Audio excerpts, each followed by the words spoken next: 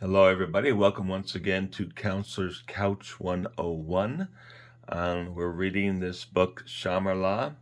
This is the third part that I'm reading.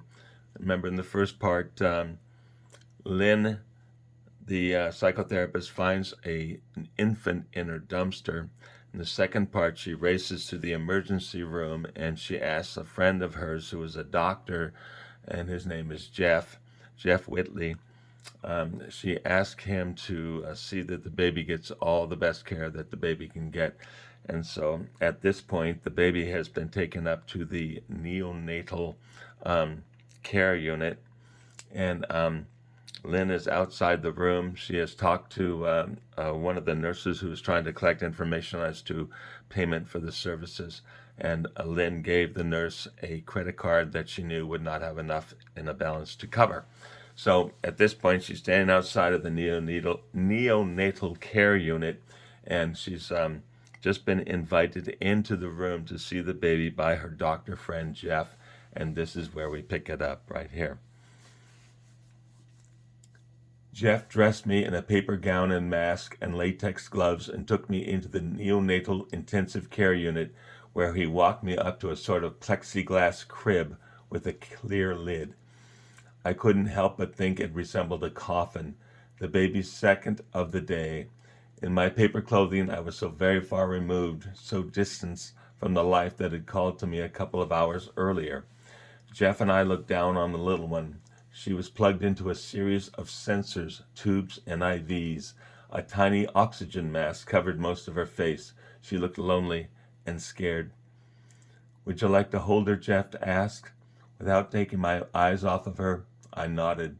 Jeff quietly called for a nurse, and the compassionate woman came over to open one side of the crib and take the baby out. She was still plugged in from every which way, but she was in my arms, and through the paper and the plastic, I could feel her squirming to touch me. "Hi, baby," I whispered to her. "Where have you been? I missed you." I couldn't believe how much I had bonded with this little spark of life in such a short time. My heart broke at the sight of the many attachments, but I couldn't imagine not knowing such a precious child, not seeing how she grew or how her life turned out. I guess that's what people meant when they used words like miracle when they referred to the love they suddenly felt for their newborns. Unmercifully, Nurse Ratched found me. She entered the intensive care unit on search and destroy, stepped quickly into her paper clothing, and came at me with her clipboard extended in front of her like a bayonet on an M16. Waving the ugly implement at me, she threatened me with her findings. "This won't cover the fees," she accused me. "We can't proceed without proper funding." As cynical as I had become in my life, I still couldn't believe what I was hearing. Didn't that creature have a heart? Couldn't she see that I needed a moment, just a few seconds, to assure this little life that she was wanted, that she would have a place at the table? What was wrong with Ratched? Didn't she know that I would pay? I would pay for the rest of my life if that damn petty functionary would allow me a few moments with the child. If she would give me 5 minutes to say, "I don't know what's come over me, but I love you, little one, and I will care for you. I will care for you until somebody takes you away from me or for eternity, whichever comes last." Couldn't Ratchet understand that I needed time, just a little time, to get to know this precious child, or to say goodbye? Behind my goggles, I wanted to cry, but I never would have. I was stronger than that, and crying never accomplished anything, so I had taught myself never to do it. But if I had let them, tears would have filled my eyes and spilled onto my plexiglass goggles, because my despair was overwhelming and uncontrollable. I felt hollow inside, with nothing to hold me up except hot air. But the air was escaping fast, and I was falling in on myself, helplessly collapsing like a souffle gone bad. I didn't know what to say. I didn't know how to respond. That was when Jeff showed why he is my friend, even though he is a man. Jeff tore the clipboard from Ratchet's hands and scribbled some doctor-type writing across Ratchet's neatly completed forms. I blinked my eyes to clear them and tried to read what Jeff had written.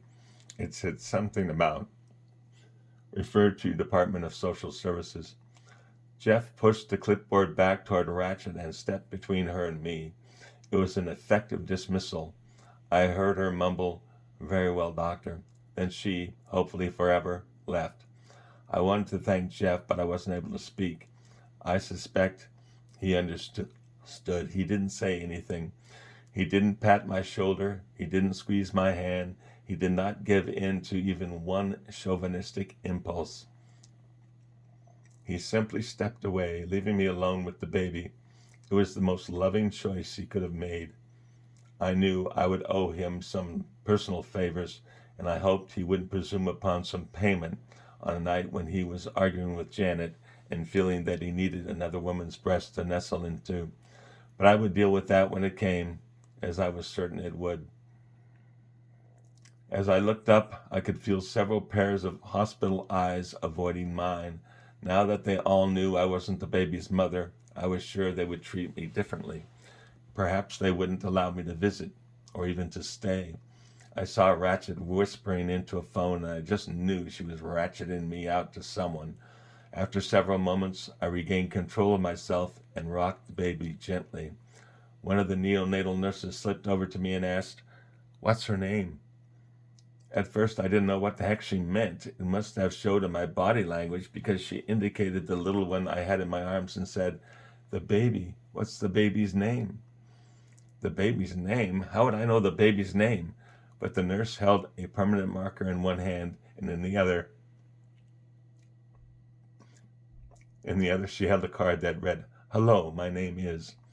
"What's the baby's name?" the nurse asked again, for the card. After a second, I figured out that I wasn't being asked what the baby's name was. I was being asked to name the baby, at least temporarily. I had never named anyone before, and I didn't know how it was done, but as I looked into the baby's closed little eyes, I was certain she knew what her name was. She was already a person, an independent personality that had decided to fight for life, and since I hadn't a clue what she wanted to call herself, I touched my forehead to hers, and I asked, "What's your name, little one? Everyone wants to know." I am no longer a religious person. The priests and the nuns saw to that years ago. When I am asked for my religious affiliation, I usually answer that I am Druid. Reformed, of course. I do that playfully in order to suggest that all life is sacred to me, and all philosophical efforts to reconnect with the divine are acceptable to me, as long as the philosophy contains love and tolerance for all.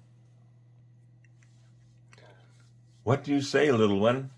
Are you going to tell us your name?" For some reason, I began to think of a goddess I had once read about, a goddess of the seasons of life, a goddess of renewal, a goddess of love for all living things. I looked into the baby's face, and as I was thinking the name of that goddess, the baby opened her eyes and looked into mine. From that distance, the message was unmistakable. "Shamarla," I told the nurse. "The baby's name is Shamarla." "Shamarla?" the nurse asked. "No, Shamarla, like Pamela, with the accent on the first syllable." "That's beautiful," the nurse said. "Does it mean something?" "Shamarla is the goddess of new life," I told her. "Well, then that's perfect," the nurse said. Then the good woman leaned over and whispered to the baby, "Welcome to the world, Shamarla." "Yes, welcome, Shamarla. Welcome indeed." When Jeff returned, he told me that the neonatal doctors wanted to conduct some additional tests on the baby. He took her from me and handed her to a nurse. Then he directed me out of the unit and into a waiting area. He said he would find me when they learned anything new. At the time, I hadn't realized the reason he had ushered me out. To be continued.